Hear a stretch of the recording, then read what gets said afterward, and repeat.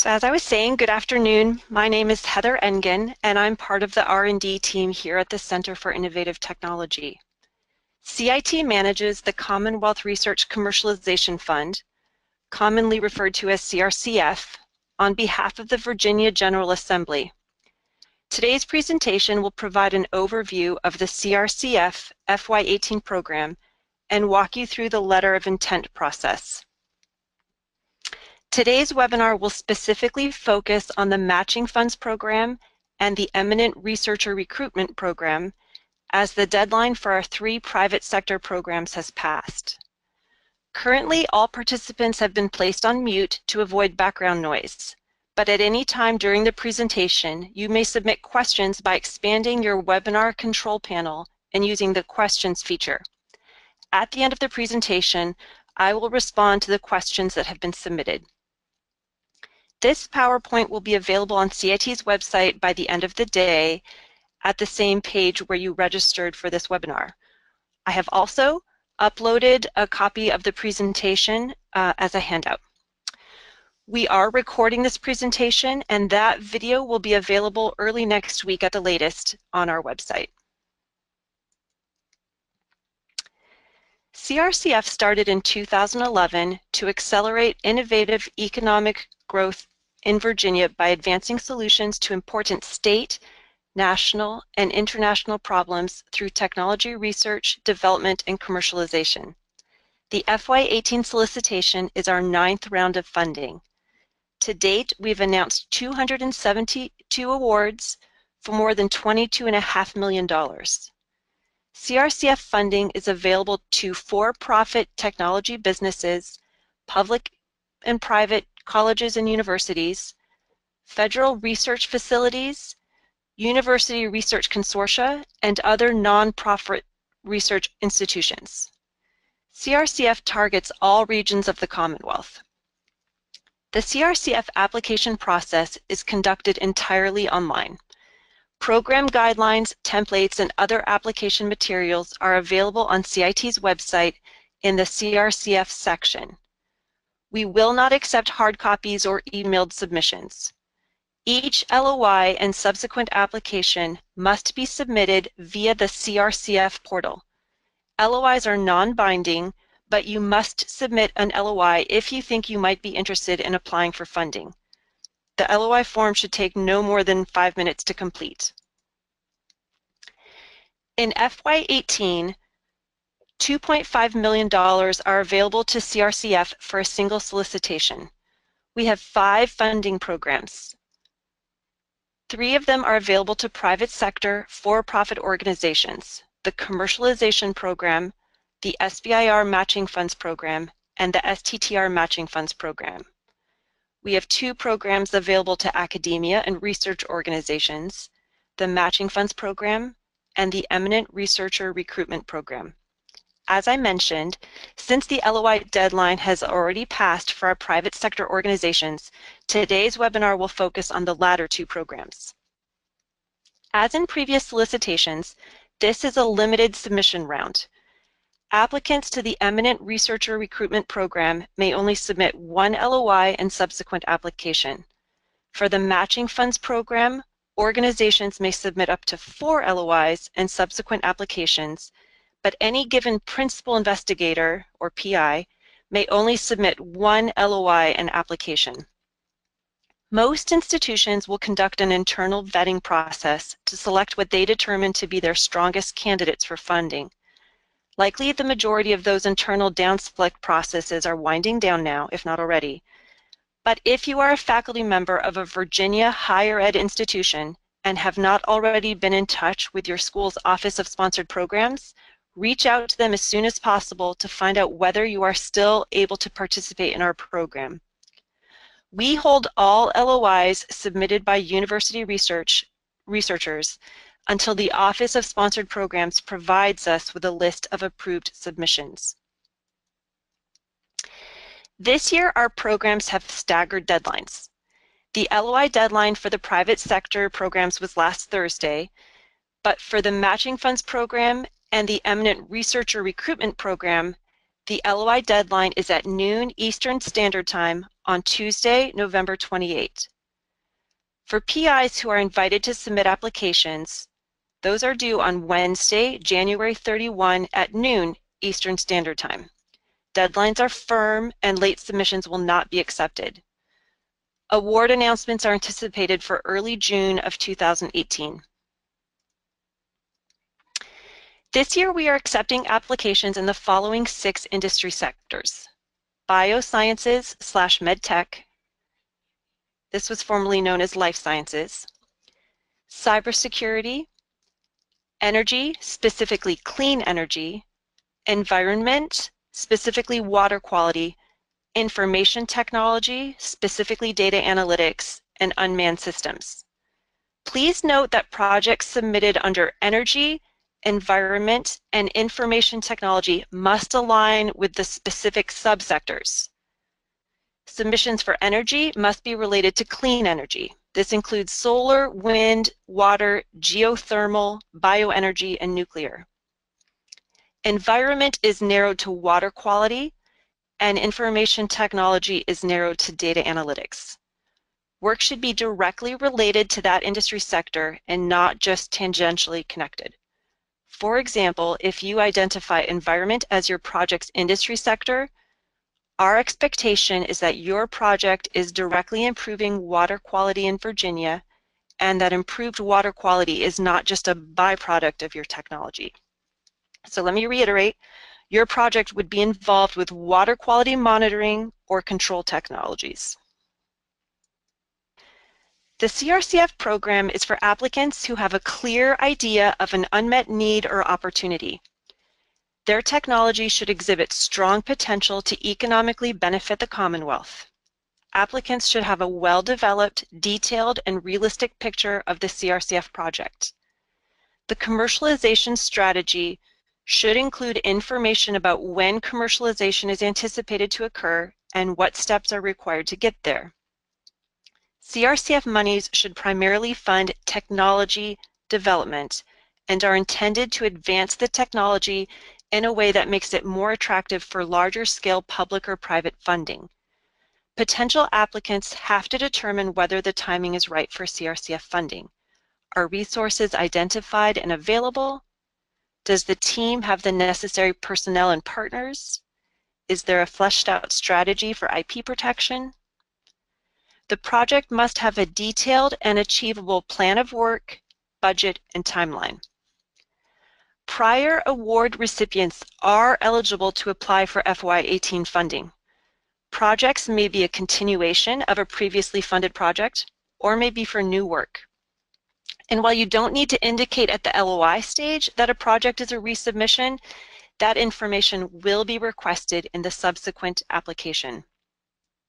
This slide illustrates where projects may fall along the innovation continuum for our 5 CRCF programs, with the yellow blocks representing the programs we're discussing today.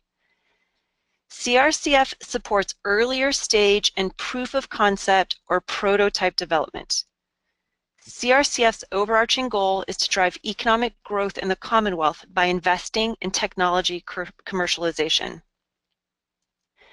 The CRCF Matching Funds Program targets Virginia's public and private colleges and universities, federal research labs located in Virginia, university research consortia that include Virginia College or university members, and other nonprofit research institutions in the Commonwealth. The goal of this program is to assist these organizations with commercializing a high potential technology by leveraging non-Commonwealth funds. As I previously mentioned, under the Matching Funds Program, an organization may submit up to 4 LOIs and applications and receive up to 4 awards total for a maximum of $100,000 each. This year, a principal investigator may submit a single LOI and subsequent application. All matching funds projects have a 1-to-1 cost share requirement, which I'll discuss further in a few minutes. We also offer the Eminent Researcher Recruitment Program. Virginia's public universities may submit a single LOI and subsequent application requesting up to $250,000 to assist with the recruitment of a top scholar to that institution. The researcher must offer an opportunity for valid research and significant commercialization in Virginia. Recruitment can be at one of three stages. A candidate has been identified, or multiple candidates are under consideration, or a profile has been developed for an ideal candidate.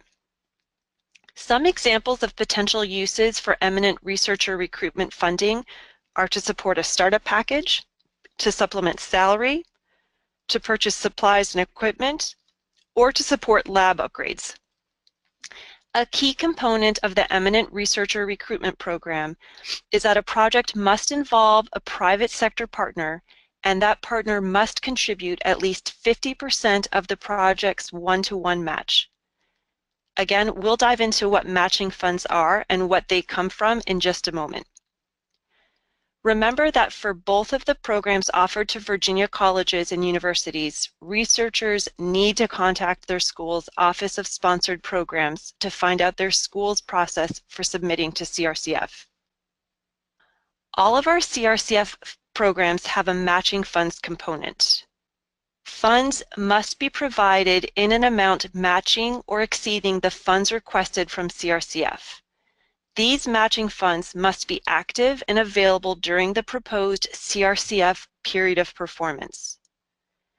Matching funds can be from federal, private, or other non-Commonwealth of Virginia funds that support the same work proposed to CRCF and align with the period of performance. Matching funds can also come from other sources, such as wage salaries or indirect costs, materials or supplies, time on equipment, travel, or subcontractor or consultant work. Funds may come directly from the applicant organization and/or partners on the project. Matching funds cannot come from sources such as state grants or contracts, including VBHRC or CHRB funding. Federal, private, or other monies provided as a match demonstrate validation and desirability of the technology. On a side note, if funds are not eligible as a match, for instance, if the period of performance has concluded, mentioning this funding in the proposal of your application is still worthwhile for the reasons I just stated. Letters of intent, or LOIs, are a required element of the CRCF application process. They allow CIT to confirm eligibility and to begin identifying subject matter experts for the review process should an application advance to that level of review. LOIs must be submitted using the online form accessible via each of the CRCF program pages. There's an apply button at the bottom of each program page. As you prepare your LOI, keep in mind the intent of the CRCF program, which is the commercialization of a high potential technology for which IP and revenue will be generated and economic outcomes are envisioned for Virginia. A sample LOI is available for download from CIT's website. You can use this document to help prepare your materials before submitting online, but note that this sample is for information purposes only. You may not use it to submit an LOI for CRCF. You must use the online form. I'm actually going to walk you through the online submission process. So let me just pull over a browser here for you.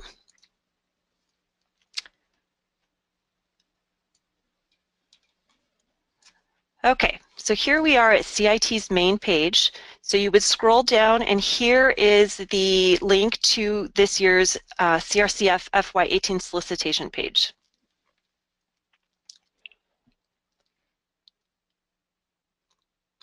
So when you're at this page, if you scroll down, you'll see I'm sure you've all been here because you registered for this webinar. But here you will find all of our programs. So you would select on the program that you're interested in applying for.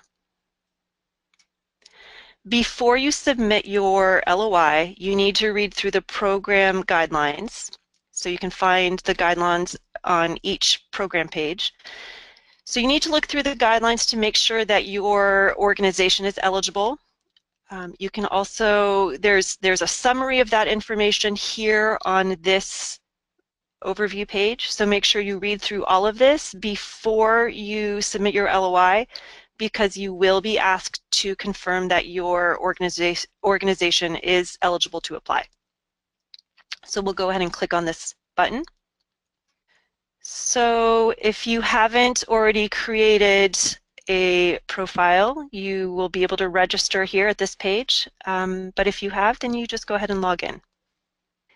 If you are connected to more than one organization, make sure you select the correct organization when you log in.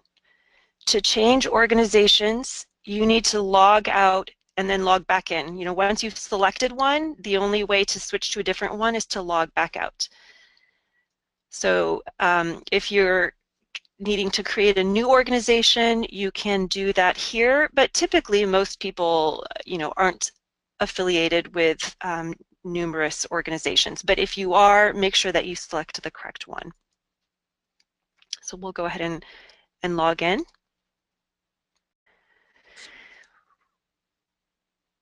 So we're going to scroll down here and select Start a New LOI. When starting an LOI, applicants will be asked to select the CRCF program type for which the program is intended. Based on that selection, applicants will be asked to confirm their organization type. You'll recall that program eligibility is based in part on the organization type. Again, you can get more information about eligibility criteria in the program guidelines. But let's go ahead. We're going to apply for the Matching Funds Program. And we will put down that we are a public institution of higher ed. So when you are entering your title, you want to, this cannot be changed. It will be pre-populated into your application. So take a few minutes to make sure that your title is how you want it to be throughout the rest of the process.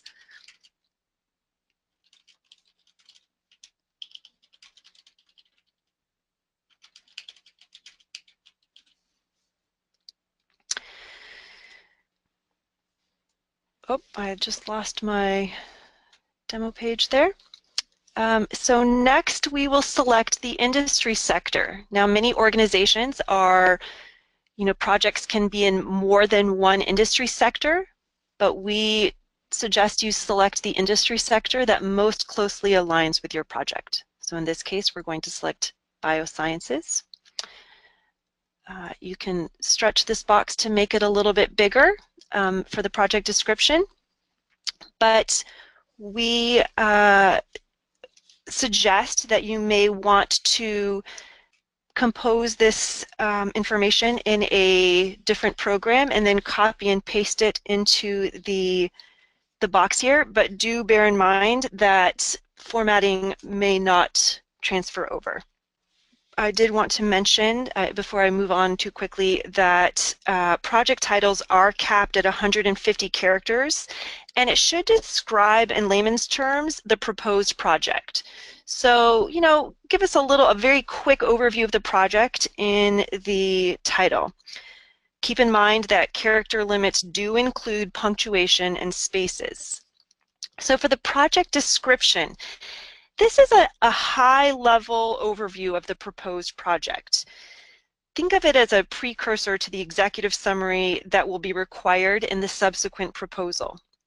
So the project description should identify the opportunity. It should provide a brief overview of the technology. You'll want to list project objectives. You'll want to provide key activities in the plan of work, and you want to address the stage of IP.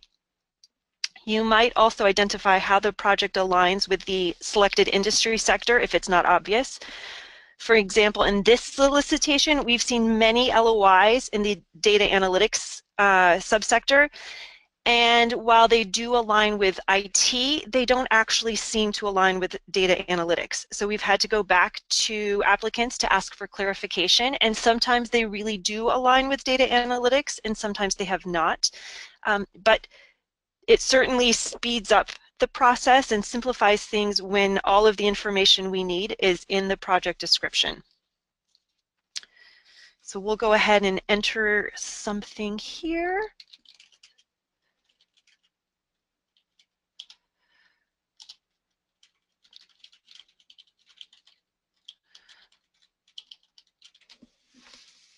The project description can be a maximum of 2,000 characters. Obviously, my description is not 2,000 characters, but we encourage you to use that space to thoroughly describe your project. 2,000 characters is approximately a third of a page, so please utilize this space to provide a thorough overview of the work that you propose to undertake with CRCF funds. If this project is a resubmission, you can include a sentence or two on progress that has been made or other advancements to the technology since your previous submission. As I indicated before, you can type directly into the project description text box, which can be expanded, as I showed you, by dragging this. But it may be preferable to paste in content from another source. So after entering your project description, you will be asked to certify your eligibility. So when you check this box, you're confirming that your organization is compliant with the eligibility criteria outlined in the program guidelines. So like I said before, make sure you review the program guidelines before you submit your LOI. So we're going to carry on.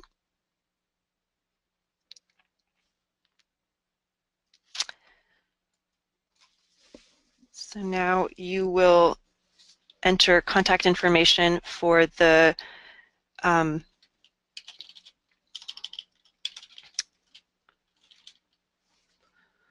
and enter that in. Sorry, we just have to wait here for the for our internet. So you'll have an opportunity to review your organization's city, state, tax ID number, and website. Okay, we finally have our organization entered. So now we have an opportunity to review the information that we've entered before we submit it. You do have the option to save your LOI if for some reason, if there's additional information that you need, perhaps you wanted to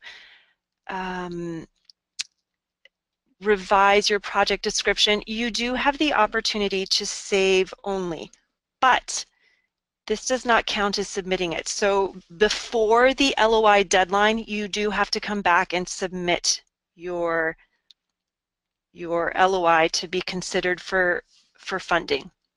So we'll go ahead and submit it.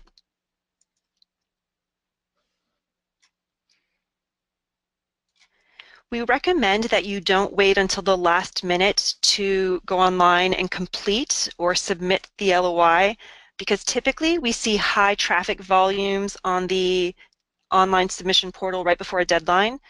We don't accept late submissions, so don't take any chances. If you decide to submit your LOI at 11:55 a.m.